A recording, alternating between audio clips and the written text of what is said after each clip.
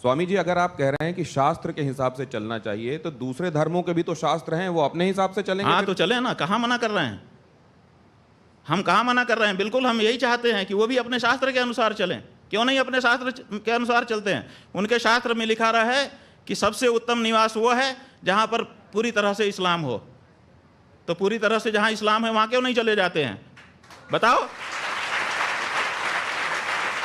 हमारे बीच में क्यों रह रहे हैं वो? यही तो सवाल है। वो पूरी तरह से अपने धर्म का पालन करें, इसी के लिए 57 देश बना लिए उन्होंने। नहीं, लेकिन देश तो और अपने चले जाएं वहां पे पालन करें। और वक्फ बोर्ड के नाम पे जहां पे नहीं है वहां चले जाएं और जमीनों को एनक्रोच कर लें। क्या चीज?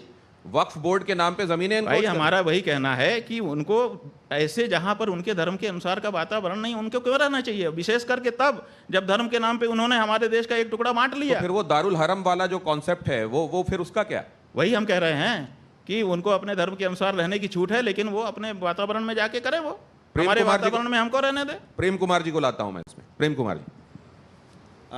शंकराचार्य जी ने कई हेडलाइंस दिए हैं आज की बातचीत में। गो हत्या क्या है?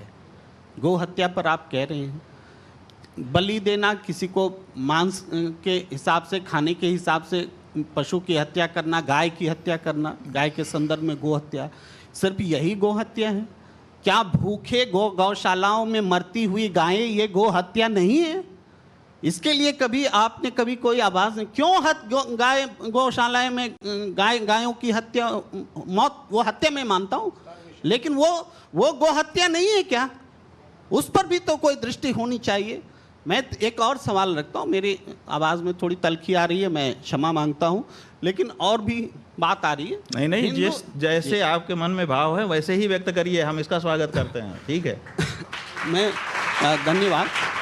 एक साथ साथ और भी बातें हैं भाई। कश्मीर में पंडित विस्थापित हुए ना, कितने लोगों को बसाया गया, कितने पंडितों को बसाया गया, और इसके लिए किया क्या?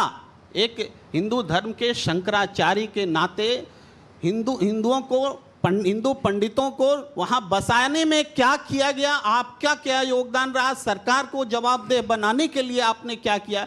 ये तो सवाल हम आपके सामने रखते हैं। सबसे ज़्यादा गायें कौन पाल रहा है? हमारी गौशालाएं पाल रही हैं। हमको इस बात का गर्व है। और आप ये मत कहिए कि व्यक्तिगत मेरे नाम से कितनी संपत्ति है, वही संपत्ति मेरी है। हिंदू धर्म का जहाँ जहाँ जो कुछ भी अवस्थापन है वो सब हमारा है, शंकराचार्य होने के नाते।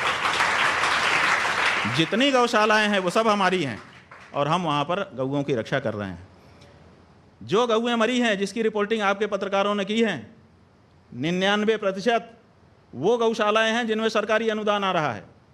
उन गौशालाओं में गाय की हालत खराब हुई जब आपने कहा कि हम इस गौशाला में अनुदान करेंगे। अनुदान का जो पैसा है वो भ्रष्टाचार की भेंट चढ़ गया और गाय मर गई। आप निकाल लीजिए, सारी रिपोर्टिंग निकाल लीजिए। कौन दोषी है आपके हिसाब से, और कौन ज्यादा दोषी? हम ये कह रहे हैं कि आप हमसे ये पूछ रहे हैं कि नाग अच्छा कि सांप अच्छा? बताइए। आप ऐसा फंसा रहे हैं कि किसी का भी नाम ले दें और हमको काट ले। ये दोनों तरफ हम कह रहे हैं ना, 78 साल से ये पीड़ा हमारी किसी ने वो कह रहे हैं कि नाग अच्छा या सांप अच्छा पूछने के पीछे एक कारण है। अब निजेश जी, क्या कारण है? हाँ, क्या कारण? अभी आप सर्वाधिक प्रतिष्ठित पद पर हैं आप, लेकिन संन्यास धर्म करने से पहले, स्वीकार करने से पहले आपका एक पार्टी से संबंध रहा। तो शायद नहीं, हमारा किसी पार्टी से कोई संबंध नहीं रहा।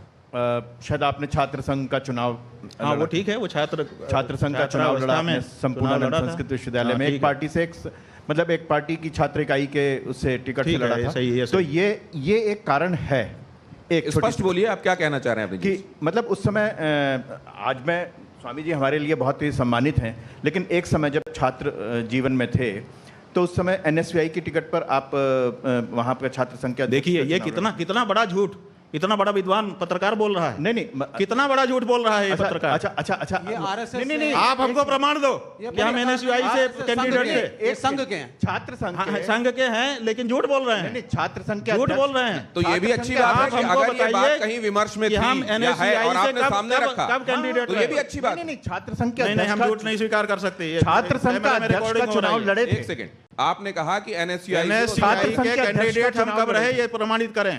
छात्र संघ के अध्यक्ष का नहीं तो माफी मांगे, झूठ फैलाने के लिए छात्र संघ के आईटी सेल अध्यक्ष का काम चुनाव कर रहे लड़े हैं। थे। गलत बात है ये, पार्टी झूठ नहीं बोलना चाहिए। एनएसयूआई से आपने कोई भी संपर्क- जो बड़ा आदमी है छात्र वो झूठ संघ- बोलेगा, वो छोटा हो जाएगा। छात्र संघ ऐसा मत करिए, आपका हम सम्मान कर रहे हैं। आपने छात्र संघ का चुनाव लड़ा था, मैं ये कह रहा हूं। भाई छात्र संघ का हमने चुनाव लड़ा था, विद्यार्थी परिषद से लड़ा था। अब बताइए, और अब तो विद्यार्थी ये परिषद का कैंडिडेट था मैं, विद्यार्थी परिषद से मैंने चुनाव लड़ा है। अब बताइए, वो भी एक पार्टी थी ना, ठीक है पार्टी थी, हम कहा वो भी एक पार्टी थी ना सर। हम तो झूठ बोलने पर आपको कह रहे नहीं हैं। नहीं नहीं, वो भी एक राजनीतिक दल ठीक है, के रूप में था राजनीतिक ना। ये तो चलता- और भी, क्योंकि विमर्श ये चलाया जा रहा है आप लोग देश ये में। बताते हैं कि ये छात्र इकाई है, राजनीति से इसका कोई लेना देना नहीं। ज्ञानशील एकता परिषद की विशेषता, ज्ञानशील और एकता के लिए हम परिषद में गए थे, राजनीति करने के लिए नहीं गए थे। और आप अगर विद्यार्थी परिषद के ऊपर ये कहते हैं कि वो भी राजनीतिक इकाई है, तो आप इसका मतलब कि अभी रहस्य ही नहीं जानते हैं। इसका मतलब कि आप अंदर की बात कर रहे हैं। इससे विद्यार्थी तो वो परिषद विमर्श भी- स्वतंत्र इकाई है और वो छात्रों के बीच में नेतृत्व की भावना के विकास के लिए कार्य करती है। वो किसी दल का पिछलग्गू नहीं है। विद्यार्थी परिषद का कोई अध्यक्ष हो, आप उससे हमारी बात कराइए।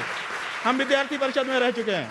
आप हमारे ऊपर ये आरोप लगाएं कि आरोप नहीं है। हम पार्टी आज एक बहुत गलत, बड़ी- हम राजनीतिक पार्टी नहीं है। स्वामी जी, दिनेश वो जी, आरोप दिनेश नहीं जी, एक लगा छोटी रहे। सी बात, उन्होंने आज एक बहुत बड़ी सामने साफ बात आ गई कि जो एक विभ्रम फैलाया जा रहा था, स्वामी जी के मुख से स्वयं ये बात सामने आई कि वो किसी राजनीतिक पार्टी और खासतौर से एनएसयूआई के टिकट पे नहीं लड़े। ये बहुत बड़ी सच्चाई सामने आई क्योंकि है। ऐसा क्योंकि आपके ऐसा बारे में आपके पीछे बारे में विमर्श फैलाया जा रहा था, इसलिए उन्होंने ये बात रखी स्वामी जी। तो इससे उनसे नाराज मत होइए, ये अच्छा हुआ कि ये बात सामने आ गई वही और हम कह रहे जवाब हैं आ ना गया। कि झूठ भी बहुत कुछ फैलाया गया है। तो झूठ को कम से कम जो बड़े लोग हैं उनको कंफर्म करना तो स्वामी चाहिए जी ना, क्या- कि जो वो व्हाट्सएप यूनिवर्सिटी में आएगा वही स्वामी जी, अगर एक बड़े और लोग, बात- विचारवान लोग अगर वही बोलने लगेंगे तो आम आदमी का क्या होगा। स्वामी जी, एक और बात मैं आपसे जानना जी। चाहता हूं। ये कहा जाता है कि सितंबर 2022 में प्रियंका जी ने आपको शंकराचार्य जी संबोधित करते हुए पत्र लिखा था और मामला ये सबसे बड़ी अदालत में गया कि आपके संदर्भ में इस पदवी का इस्तेमाल होना चाहिए या नहीं होना चाहिए। इसको लेकर भी स्थिति क्या स्पष्ट? देखिए, ऐसा है कि हमारे संदर्भ में किसी भी न्यायालय में हम शंकराचार्य हैं कि नहीं है इसका कोई मुकदमा नहीं है। आपको हम बता देना चाहते हैं, चाहे वो निचली अदालत हो, चाहे बीच की अदालत हो, चाहे ऊंची अदालत हो, किसी भी न्यायालय में ये विचार नहीं है कि हम शंकराचार्य हैं कि नहीं हैं। पहली बात।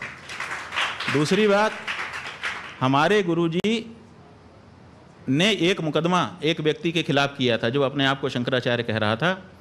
तो उन्होंने कहा कि इसको रोक दिया जाए कि ये अपने आप को शंकराचार्य ना कहे, निषेधाज्ञा का वाद कहते हैं इसको। तो वो निषेधाज्ञा का वाद चला, कई वर्ष लगे उसमें, सन 1989 से लेकर के वो चलता रहा और वो अलग अलग स्तर पर निर्णित होते हुए, और जिनके खिलाफ वो मुकदमा हमारे गुरुजी महाराज ने किया था उनको बार बार रोके जाते हुए कि इनको रोक दिया जाए, रोक दिया जाए, रोक दिया जाए। अब वो सुप्रीम कोर्ट में आया हुआ है। उसको गुरुजी हमारे लड़ रहे थे क्योंकि हमारे गुरुजी शंकराचार्य हैं कि नहीं इस पर विवाद नहीं था।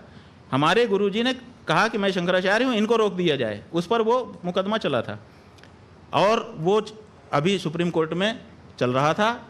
उसको लिंगर ऑन प्रैक्टिस की जा रही है क्योंकि जो प्रतिपक्षी थे हमारे गुरुजी के सामने वो सिद्ध हो गया कि वो सन्यासी नहीं है। जहाँ तक प्रियंका गांधी के पत्र की है, तो जब हमको शंकराचार्य पद पर अधिष्ठित किया गया तो देश के बहुत बड़े बड़े लोगों ने और हमारे जो सामान्य भक्त लोग हैं उन सब ने अपने अपने ढंग से, बहुत सारे लोग, लाखों लोग वहाँ इकट्ठा हुए।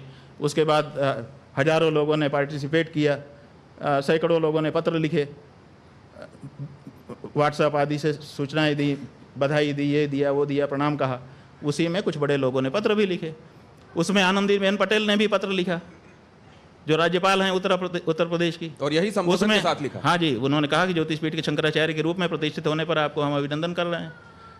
अनसुईया उइके जो छत्तीसगढ़ की राज्यपाल थी, उन्होंने भी पत्र लिखा। मध्य प्रदेश के शिवराज सिंह और उनके मंत्रिमंडल के कई मंत्री वहाँ उपस्थित ही रहे। जो केंद्रीय मंत्री थे प्रहलाद पटेल जी, वो वहाँ उपस्थित ही रहे, उन्होंने अपना व्याख्यान दिया, उसकी रिकॉर्डिंग पड़ी हुई है। तो ऐसी परिस्थिति में सारे ही लोग कर रहे थे। उसी में प्रियंका गांधी का भी पत्र गया। ये तो प्रियंका गांधी के पत्र जाने मात्र से हम अगर शंकराचार्य हो गए होते या प्रियंका गांधी शंकराचार्य बना सकती है, ऐसी उसकी मतलब परिस्थिति है, तो बात अलग है। अगर वो बना सकती है एक पार्टी की नेता होने के नाते, तो ये राज्यपाल लोग नहीं बना सकते, मुख्यमंत्री और केंद्रीय मंत्री नहीं बना सकते। ये प्रश्न ये है- लोग क्यों गए हमारे पास?